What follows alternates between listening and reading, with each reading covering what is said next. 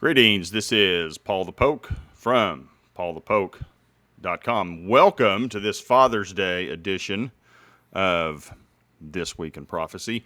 We have the petrodollar, no more, serious saber rattling, and Israeli cows. So, scripture reference, we're going to start with Revelation 6, verse 6, and it's essentially the introduction to the tribulation. An idea is hyperinflation.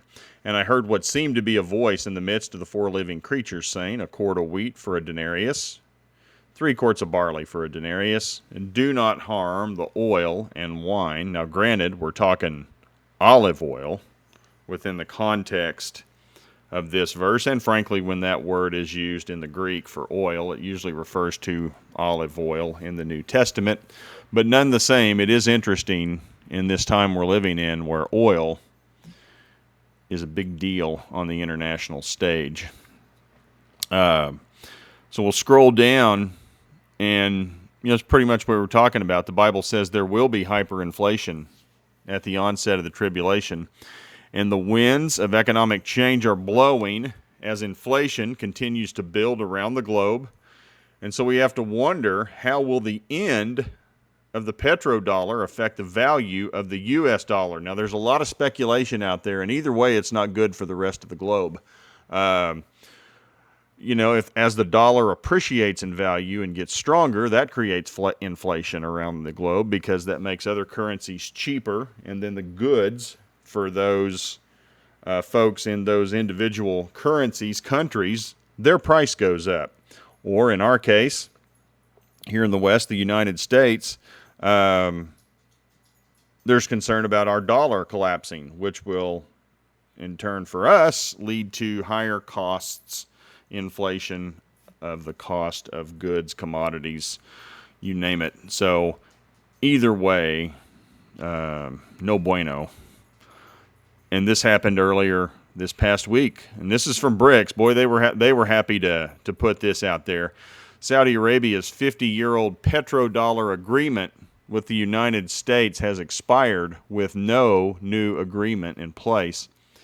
The Saudis will now sell oil in multiple currencies, including the Chinese yuan, euros, I like the double, renminbi or yuan, same thing, instead of exclusively in U.S. dollars. So another monumental achievement for our current administration, foreign diplomacy and economics and so forth. And this is a forecast. Now, this is the IMF, International Money Fund. Now, they projected that global inflation would drop during 2024. And we can all probably agree, for those of us living outside these think tanks, things have not gone down in price. The price of goods continue to increase.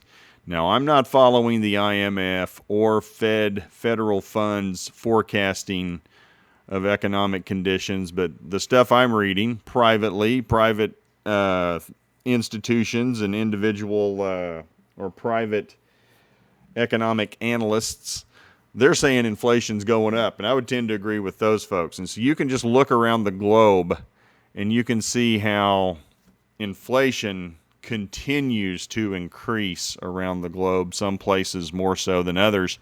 And, for the sake of our discussion, I would take a look around what's going on in the Middle East in and around Israel. Prophetically, I would expect it to start in these areas and expand from there. So, you got Egypt, 120 or 25, almost 26%. Sudan, 127%. This would be Iraq at 25%. I'm sorry. Yeah, that would be Iraq at 25%. We don't know for sure what's going on in Iran. Of course, we've been trying to destabilize, devalue their currency. I'm sure it's higher than that. Ukraine, 7.5%. Turkey, 54%. So lots of inflation taking place and continuing to increase around the planet. Even Venezuela, you can see the benefits there of socialism. And yet, boy, we got a bunch of people in our country, roughly half of them, that think this is the way to go. Now, we'll say this. Argentina is an interesting case to take a look at. Since President Milei has taken over, that number is way down. And the biggest thing he did was, imagine this, cut government spending. Essentially laid off a quarter to half of the government employees and just trimmed the fat out of the government budget. And I want to say that inflation is falling rapidly, and maybe even saw something within the last week or so that they are pushing close to a surplus if they don't have a surplus. So, we clearly here in the United States do not have the fortitude to trim the fat off of our government budget. I mean, we got two parties who are just, both of them, spending like drunken sailors. So let's hear it for us. We're going to transition from there to Ezekiel 38. Magog's buddy, Beth Dagarma, Magog being modern-day Russia, Beth Dagarma, modern-day Turkey. This is from BRICS. President Putin says Russia supports Turkey joining BRICS. Now, currently, Turkey is a member of NATO, but Erdogan, he's talking about leaving NATO and joining BRICS. And at some point, I would think this is going to have to happen, for prophecy to as we get closer, I would suspect Erdogan's going to turn and make a formal agreement with this bunch and join BRICS and dump NATO. Also, Putin's had a busy week. Russian warships, along with a nuclear-powered submarine, arrive in Cuba near United States borders. So I think there were 4 Russian warships and a sub, and they were out there wargaming in the Caribbean with Cuba. Okay. President Putin outlined conditions for peace in Ukraine this week. Ukrainian troops must withdraw from the entire territory of the new Russian region, so the areas that they've invaded and captured, those are Russian territories now, according to Putin. Kyiv must declare there are no plans to join NATO. As soon as Ukraine takes these steps, Russia will cease fire and be ready to negotiate. Well, if those are your negotiation points and you get what you need there, what else is there to negotiate? Clearly, he wants to try to get away with more. You can listen to his comments below. Click on this link. NATO, of course, said no. NATO rejected Russian President Putin's peace proposal with Ukraine. And NATO's pretty bent on having Ukraine join NATO. Also, we're sending more planes. We being the West are sending more military hardware, planes, jets, etc., into the theater. More weapons. I think they signed a 10-year agreement this year to continue to fund Ukraine in its war with Russia. And Russia responds by saying it's ready to strike NATO airfields hosting Ukrainian jets. Any airfields hosting Ukraine's F-16 fighter jets, whether they are in or outside the country, will be legitimate targets for the Russian military if they participate in combat missions against Moscow's forces, said Putin. Okay. Zephaniah 1, verse 18, neither their silver nor their gold shall be able to deliver them on the day of the wrath of the Lord. In the fire of his jealousy, all the earth shall be consumed. For a full and sudden end he will make of all the inhabitants of the earth, that being except for a small remnant. And keep in mind, that's what is coming.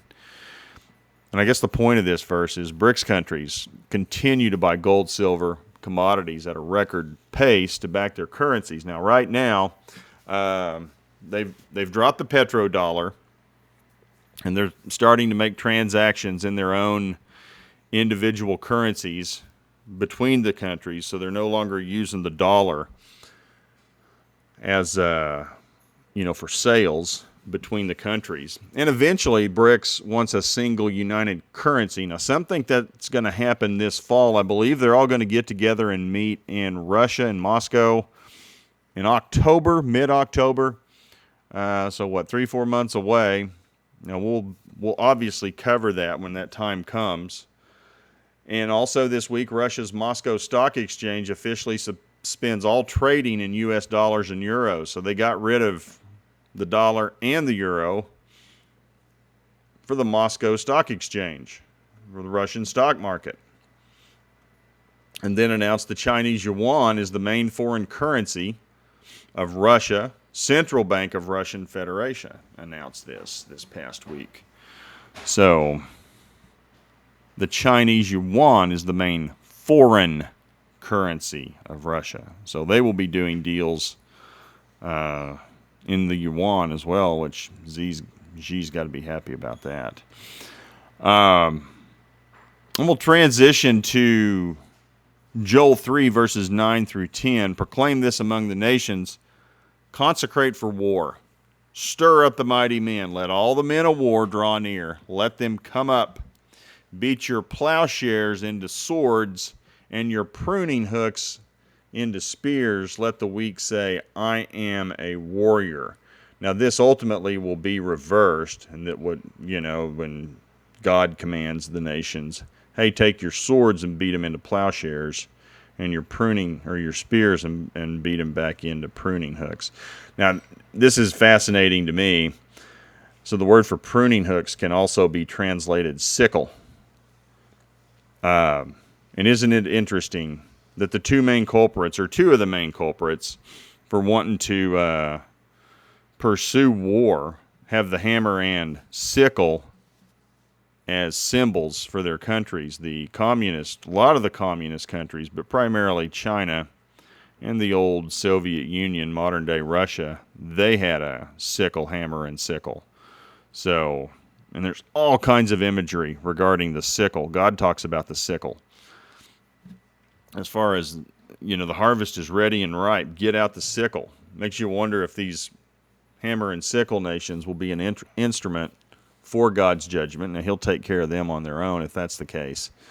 But, when you read, especially toward the back half of the tribulation in Revelation, talks about in the fall, grape harvest, the fruit is ripe, get out the sickle for harvest. Just a thought. And because of that, we had this week. This is the United States. House passes defense bill automatically registering men 18 to 26 for the draft. Now, it's already mandatory, but now we've just automatically registered these folks. Or will. Actually, this is not passed. It's passed the House. It's got to get Senate approval, and then we'll get Biden to sign it, if he can still write his name, to make it law. Part of the annual National Defense Authorization Act, U.S. government's military national security priorities over the next fiscal year. Increased military spending by $9 billion from this fiscal year 24. Look at that, close to $1 trillion in military spending. We're approaching $900 billion. Hasn't been invoked for over half a century. It's mandatory for all male citizens, all male U.S. citizens. And there's even chatter about getting some of these immigrants to sign up for our military. That's not a good idea. I mean, we are following the path of the ancient Roman Empire. And when they started doing this and they started getting foreign mercenaries to take care of their military business, that's what led to their demise. Of course, they were in social free fall. Morality, free fall.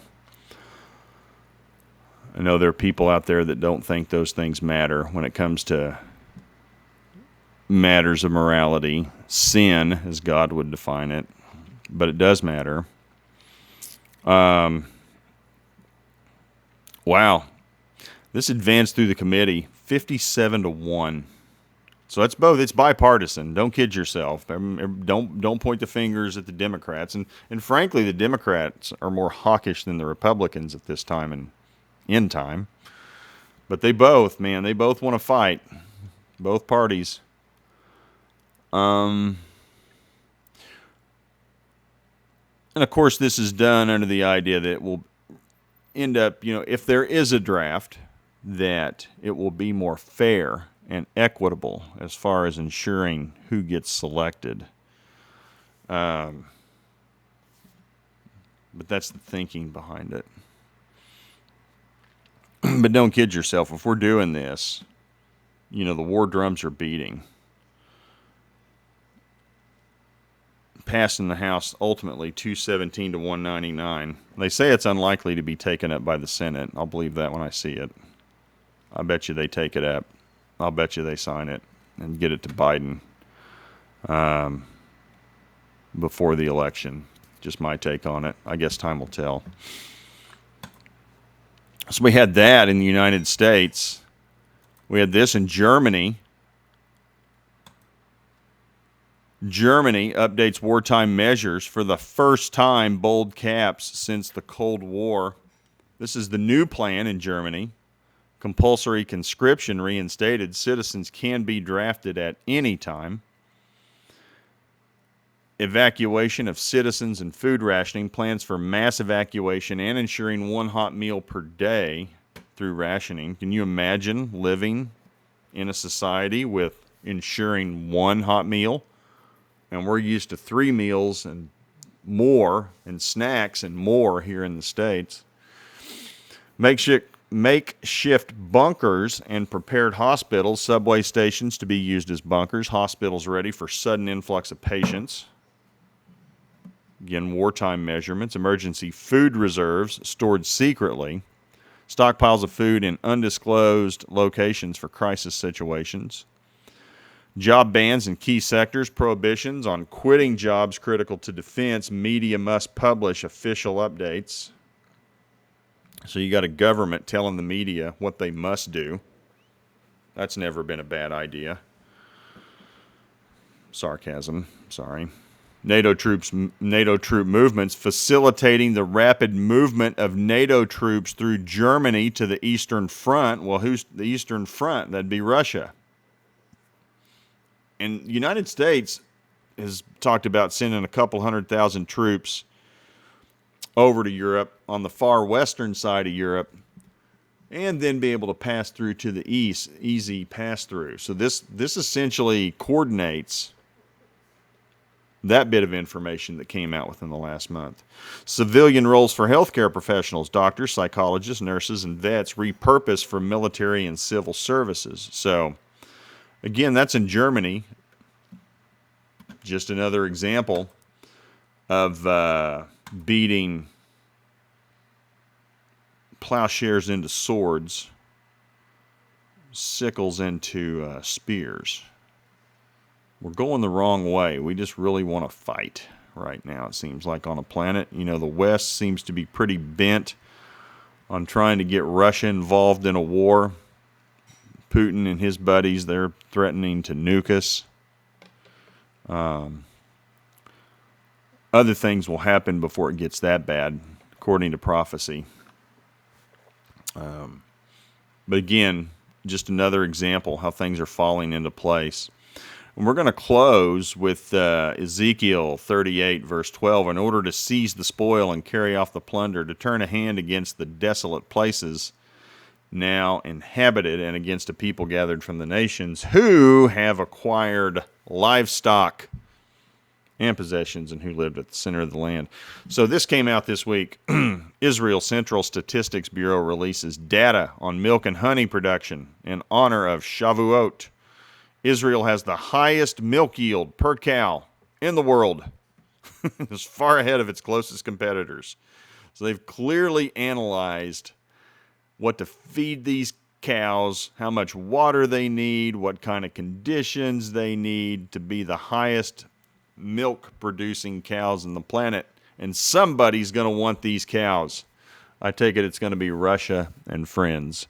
So just another example of how Ezekiel, 500 to 700 years before Christ, so we're going back 2,700 years ago from today, was told by God, hey, this is what it's going to look like before this all goes down. And we now have news stories that fit this prophecy. So appreciate you guys following along. Wishing everybody a happy Father's Day. Please feel free to share with others. And keep you posted as things become available. Y'all take care. Have a good one. Bye.